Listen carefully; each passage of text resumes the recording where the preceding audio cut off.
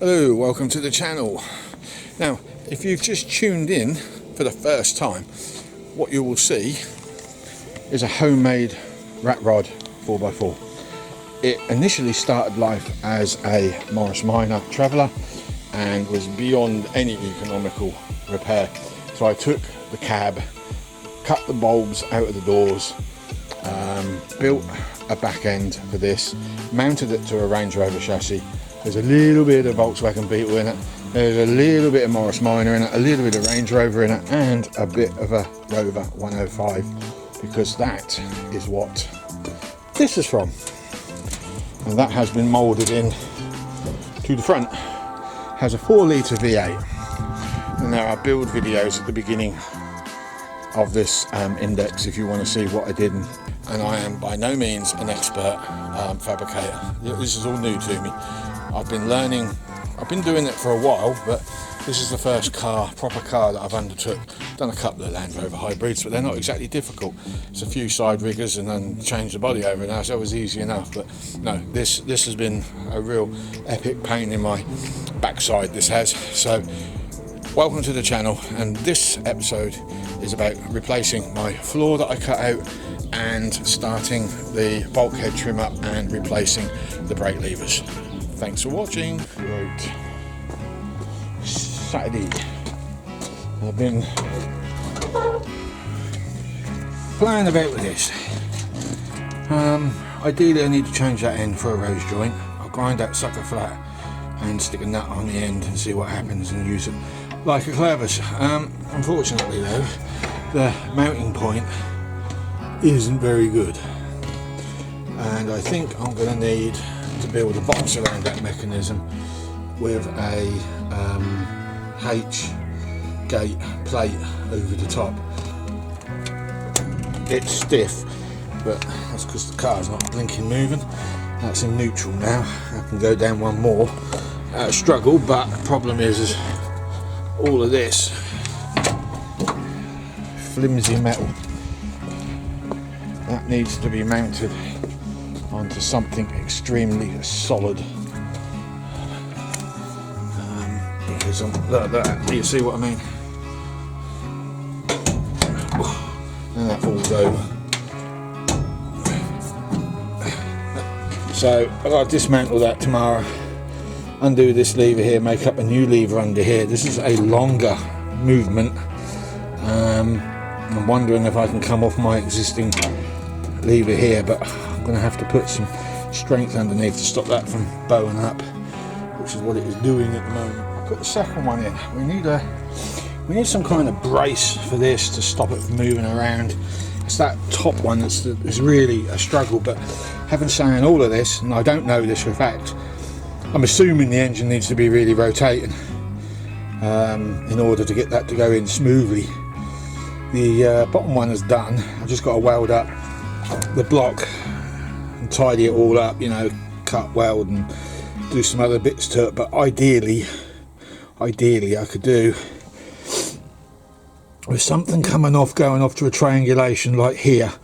We've got this plate here. I could come off there with an angled, just to support it. I mean, it's strong. I'm not expecting it to fall off.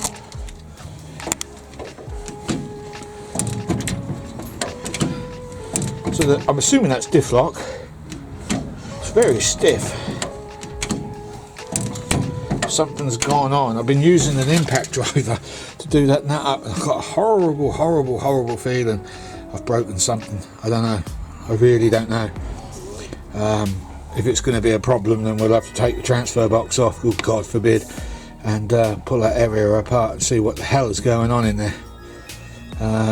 But again, once the engine's rotating, that might sort of sort itself out. I know it needs oil. There is no oil in that gearbox. I put it in with no oil with the intentions of sorting it out when we're on the road. But it is engaging, I think. Quite pleased with that one. Okay guys, it's been epic. I've put a reinforcement plate there. I've got another one to drill in tomorrow. Then I'll weld along there and I'll put a couple of gussets in there. That should be enough, I hope, to take some of the slack out. To be honest, it took a lot of the slack out anyway. There you go. High and low. Diff lock, I think.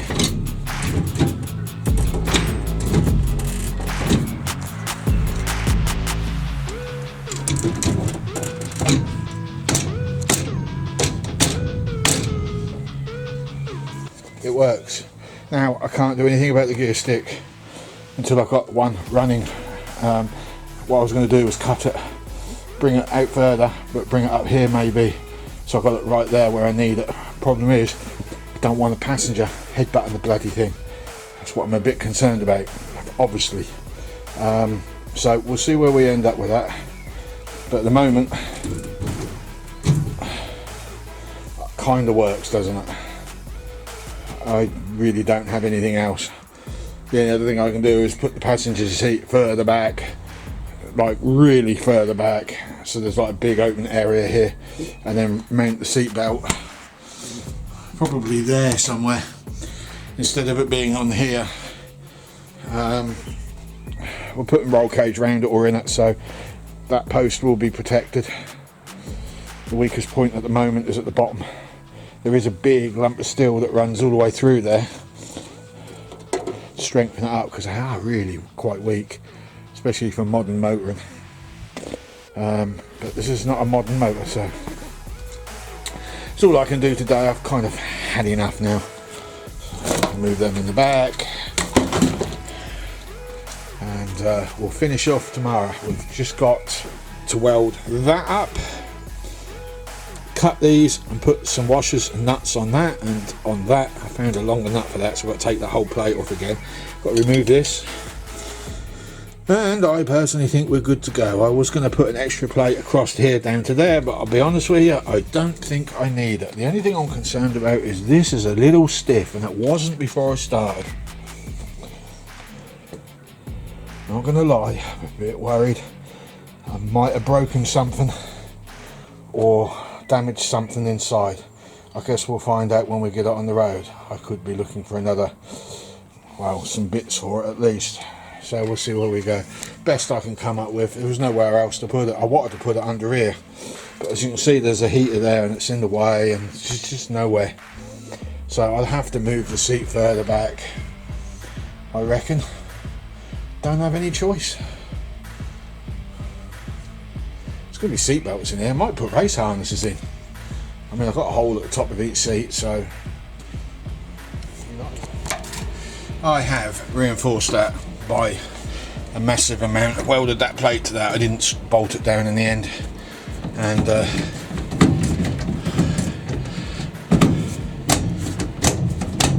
way better.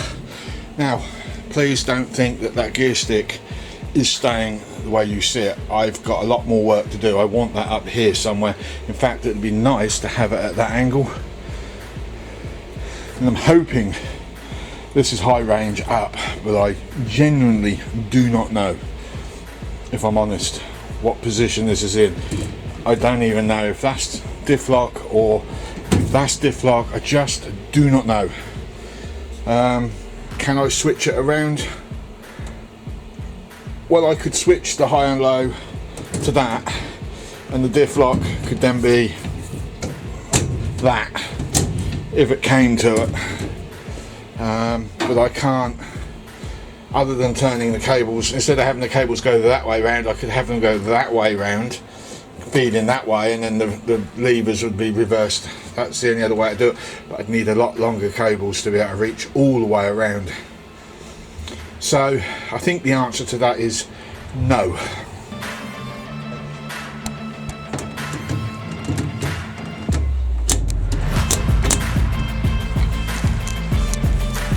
And yeah, one thing that's like that. Yes! Get in there, something worked. Oh, yes! Okay, so the simple solution to this is when we're driving along, subject to where this is going to be sitting, because at the moment that ain't working, but the rest of it seems to be, we'll have to select high and low first, and then diff lock after, and that's just because of that motion there. When it's up at that position, it's fine, it's in line. As soon as you drop it down, and there's nothing I can do about it apart from shorten it. That's about the only thing I can think of. But I think shortening it won't help, because then I won't be able to do that. But it works. Right, I'm happy with that.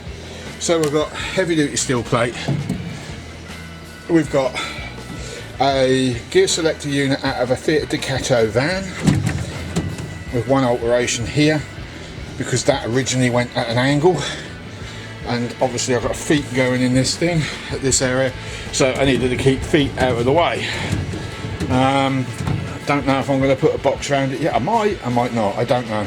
All depends on this. I can't help feeling that I need to go up and have it here, sort of swing it round here and then down. I just don't want whoever sits in this seat here headbutting this thing, because that's going to be extremely painful. Oh boy, will it. Although I can think of a few people that used to be in my lives that would be welcome to sit in there. Anyway, then we've got the brackets that I made. Yeah, they're crude, alright, I'm not going to pretend. It could have gone better, but they are working. I've just got a bit of movement on that one, but everything seems to be working. The reason this was stiff is because this angle was too far that way, so when it went into the neutral position it was putting a lot of force on that rod, but that seems to be gone now. I'm quite happy with that.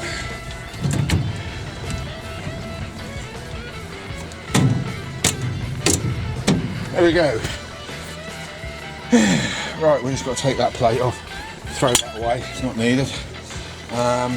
Although I will keep it just in case I have to come off that, but I can't help feeling maybe something across that, but I don't think it'll make a lot of damn difference. If anything, I could do a drilling a hole through that case here and then just coming up with a piece of box with a nut underneath and then a plate across. That might help it a little bit, but I'm not really seeing it. I think it's going to be okay. I hope it's going to be okay. I will rephrase that. So yeah, we need to find some kind of rubber gator for the shafts. And then we've got to move these grommets back over there, and then at a later date when I start the interior we need to rip that all off again.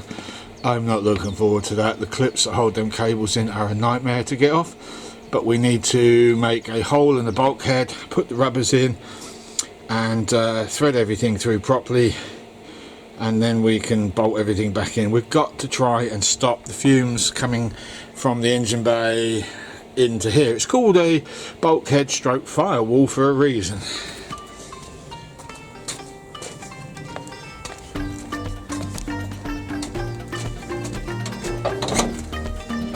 There we go, this is the first floor in. It's not great on the welding, but good enough. I've put a load of bead lines in there just to strengthen that up a bit, so that has worked. We ain't got any warpage whatsoever, and that was a really hot panel as well when I finished welding it, so the bead lines did actually do their job. So the next one is up the top. We've got to fill that in, and we've got to fill this in, and then we've got to figure out what we're doing about the rest of this, because I really don't know. I need access to all of it really. I need access to that, I need access to this, and I most of all need access to that and the prop shaft. So this whole floor area, I didn't need access here, which is why I put it in, and that puts a bit of strength back in that sill as well. But what I do need to do is make that floor removable. I think we'll put angle all the way around like I've done here, across to it to there and stop, and then I might put some tin sheets in around that are screwed in with those coachy bolt things I've been using, the self-taps. Okay, as some of you know, I am governed by the weather, and we've got rain all day tomorrow apparently. So I don't know how much of this I'm going to get done, but this is where I'm at so far with the floors. I've put that piece in there, that piece down there, that piece at the back, and that one on the floor. As you can see, don't get me wrong, welding is none too desirable, but I'm not crying about that, even if there are others that would. However, I am now stuck, a little bit stuck on that back wall. I've got to lift this piece up a little higher that way, then I've got to make up another one that goes in. I need access to everything, so it's got to have a false floor whether I want it or not on that side at least. So under the pedal box there, I've got to cut that piece of metal that you can see out of the way, and then I can build that piece up around the exhaust, which leaves me another problem because I also wanted access to that ready exhaust as well. So I don't really know what's going to be best for this. So I'm packing up now. I've had enough. It's about 3 in the afternoon and I need time to stare at this for the next, what, 10 hours or so, working out the strategy of how I'm going to finish that bit off. Okay, that one was just because I knew I wouldn't sleep tonight if I didn't figure that out before I went to bed.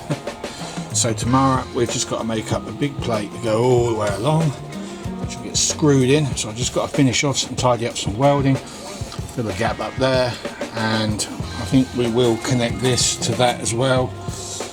Oh boy, oh boy, oh boy. We can finally tick something off. This is my shortfall list I put up, and here we go.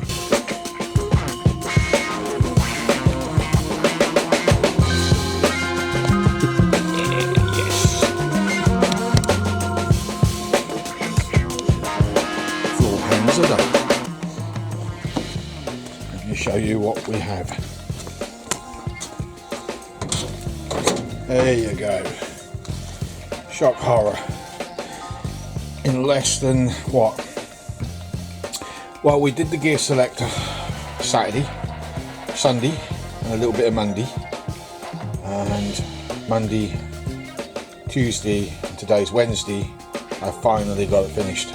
That aluminium is fully removable, so I can access that part of the gearbox if need be. I've added just a tiny bit of filler around that area where I welded. Not because the welding was terrible, because I went over it again and neatened it off, but because it was all over the place, wavy. After I ground it back, it didn't look as nice as it could. I'm more than happy with that, and I don't really care if the armchair warriors bitch on about it being, well, you can't weld, blah, blah, blah. I really don't give a monkey's what people think. So I'm just getting that out there now. So what we got left, well, we have got to cut down here with a grinder at some point just to tidy it up because it's a bit sharp. But other than that, yeah, it was bolted down as best as I could get it. I've got solid bolts and I've got roofing bolts all working together on that, and the gear selector is working. I won't lie though, I don't like where it is, but there is nowhere else I can put it.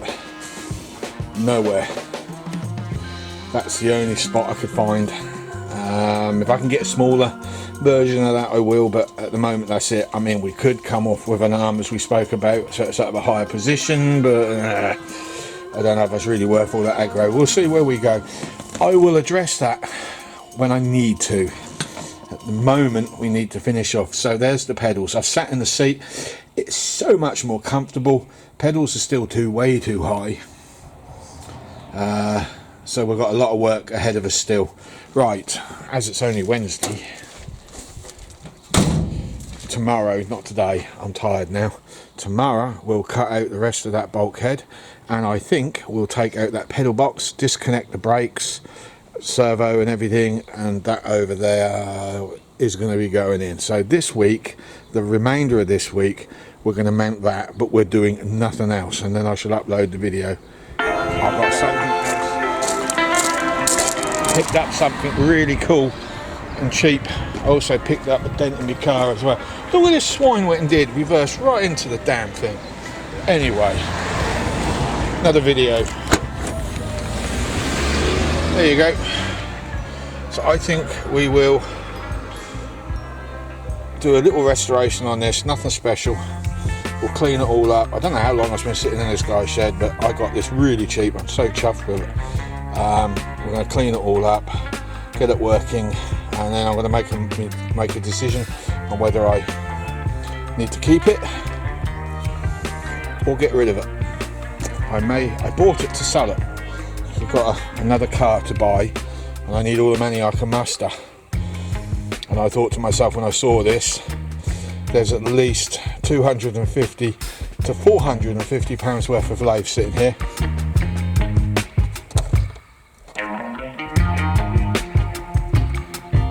So Monday, Tuesday I might upload this. I'm going to work on it Saturday and Sunday in the shed. If I don't get it finished, then I will pack everything and then pick it up again the following weekend.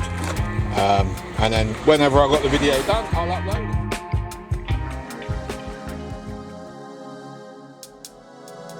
Hi guys, welcome back. What did I just say that for? It's not a new video. Right, today, new day. That's what I meant to say, new day. We're now going to burn that all out. That bit. And we're going to get this prepped ready for next week, because we need to get the scuttle done. But I'm a little bit perplexed at the moment because we've got a window frame to make. I can't build those window glasses that I did the last time with the original windscreen. It don't work. As soon as I cut that windscreen, it chips and shatters. And what I think's going on with that windscreen that I've been ordering in is it's old glass. Been sitting around that factory for a long while. Something that probably doesn't sell that quick. And the problem with that is old glass does not cut very well at all. So when it cracked on me, it cracked where I cut it, where it chipped away. It wasn't a very clean cut. So that's what I think went on with that window that last time. So we're doing the scuttle today and the bulkhead bit, but I can't help feeling that it would be a good idea to also get the new window frames made. But you can see that they curve. I can get curved glass, but they're a nightmare when it comes to putting hinges on. I've got those rose joints on the roof, and the problem with those rose joints is when you lift the glass, it swings around left and right, and it has the potential of cracking the glass.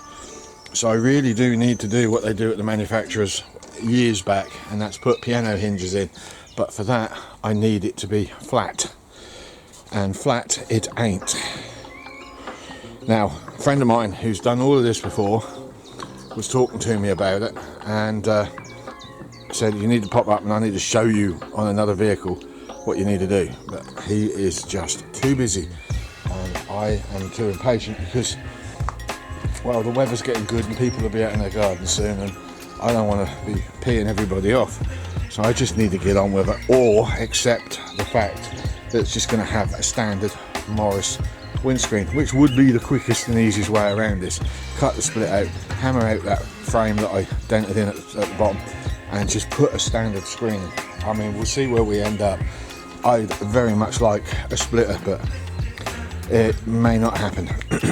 So yeah, I think we'll just set the camera up really. We'll get the plasma cutter out and we'll chip away at that piece of metal. But not only that, what I also want to do is disconnect the brake servo, the clutch, because there's something wrong there. I think it's on the gearbox, not actually in that, which makes a change for those.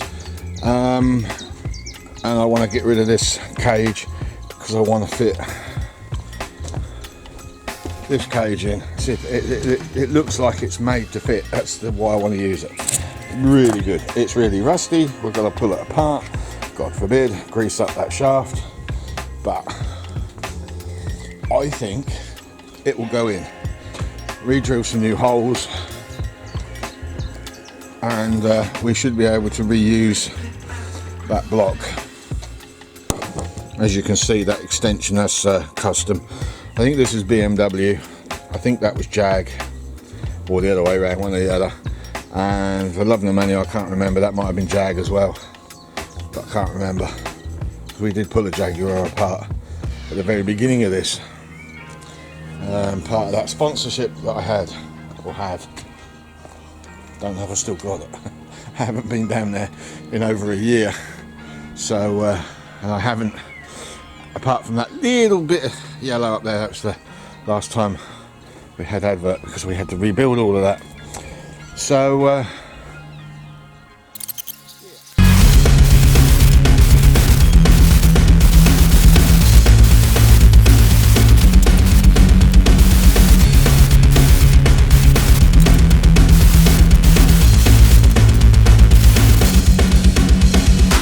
go. The mess is gone.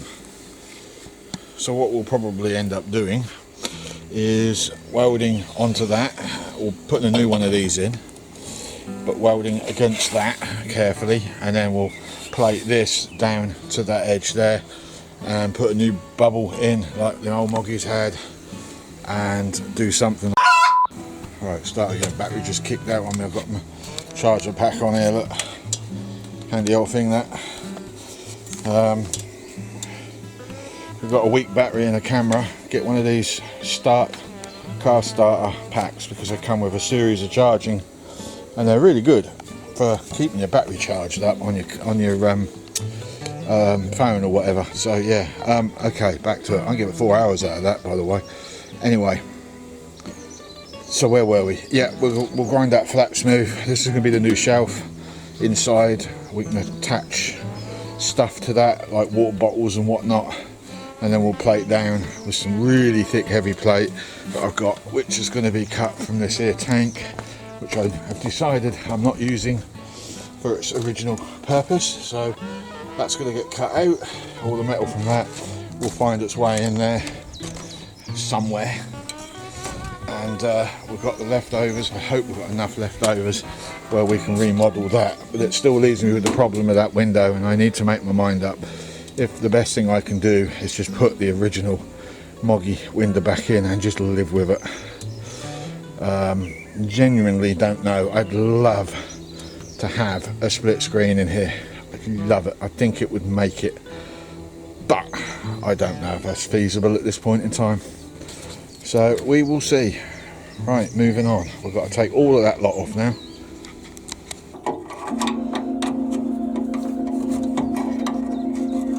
Just got to find another 13mm for in here, spanner, and we should be ready to pull this all out. It's a little jammed up. I've got that off. I just got to get that rod apart. Clever's has got to come out, and then we can pull all of this out of the way. Hopefully I don't damage the pipes any more than they already are. There's a little crinkle cut out at the moment, and then we can, well, basically we can start lining that one up over there, wherever the hell it is. Up and down. That was a bit tragic.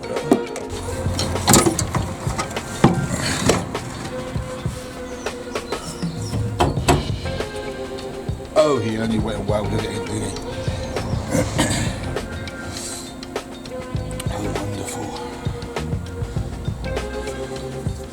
Oh, this camera, I tell you. Thought I pressed record. Never mind. Anyway, there you go. Everything is out of the way. That's too high up. It needs to be a lot lower than what it is. Hell of a lot lower. So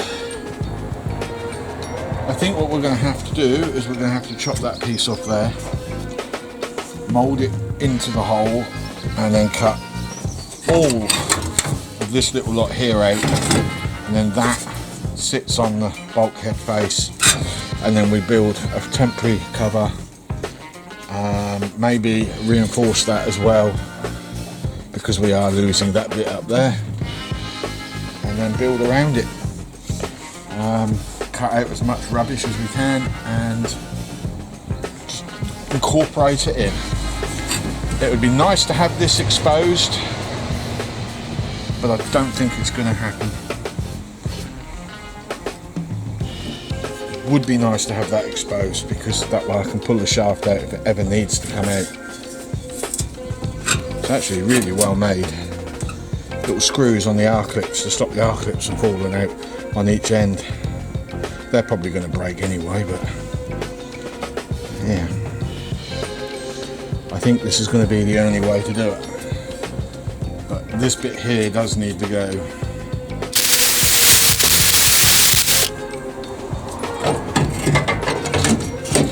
Yep. Definitely. So that has really got to sink down low. I mean, I need it lower than that. I need that edge there. Don't know if you can see it. No, you can't. I need this ledge here, almost touching this bit here, and then the pedals in relation to the floor height, which we haven't got at the moment. They are in exactly the same place as they were before, and I need these down here. They're in, this one being where it is in a better position than before, so I've got some pretty good, and this has got to be cut and brought out down because we don't want our foot on that area, so that one needs to come over a little bit. But other than that, yeah, it's a good seating position. Sorry, camera. Just lower, a lot lower. So today, this week, I did say we were going to start the bulkhead. We started. I did also say that we were going to get this floor finished, and it is finished. Also, we were going to sort out the gear selector for the high and low, which I keep referring to 4-wheel and 2-wheel drive, which isn't. It is high and low and diff lock. That's now been established. So we are literally at the point now of just resighting the foot pedals, which I cannot do completely today. I'd like to. I don't know, I'll see what happens. Let's just get on with it. I'm going to turn the camera off though. I think we're coming to the end of this for this video. I've cut about as much as I can.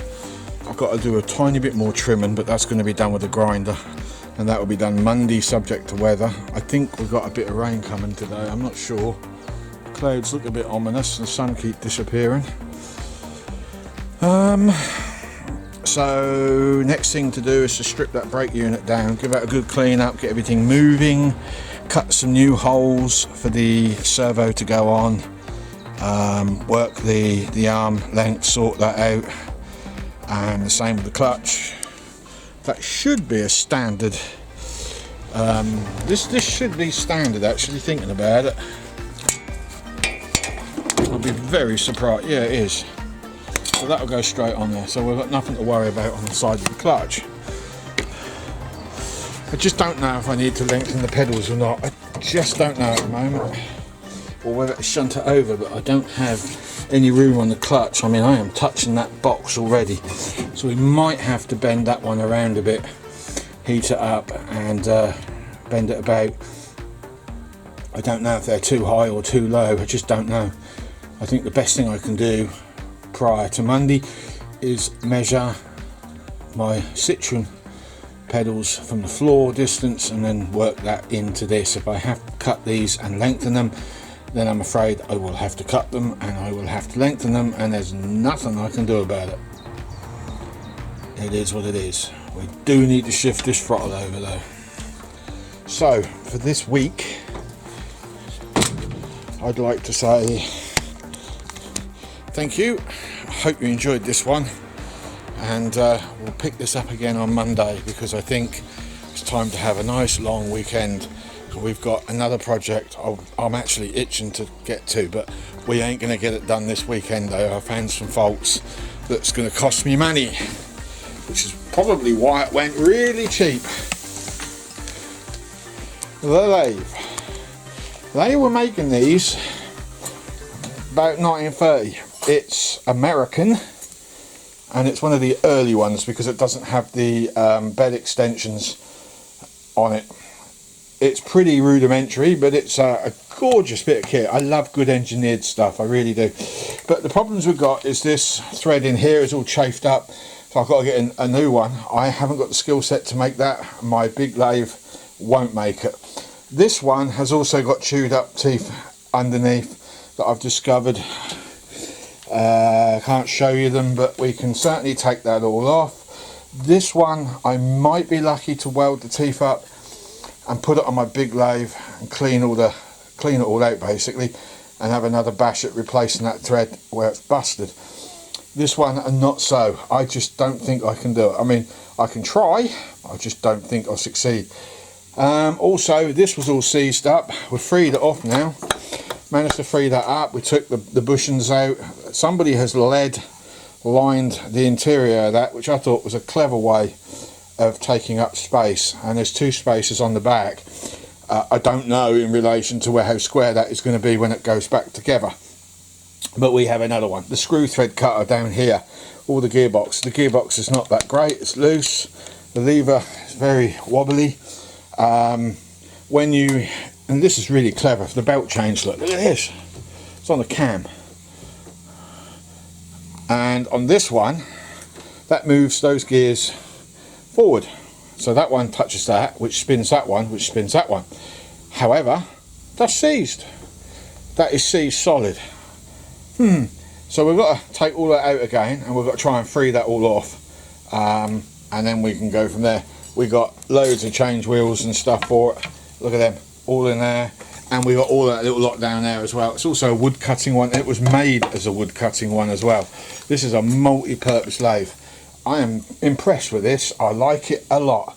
However, subject to how much it costs to clean up and get working again, will be whether I decide to sell it. I bought it initially to sell it because we are trying to get our hands on another car and we need to get as much money together as we possibly can.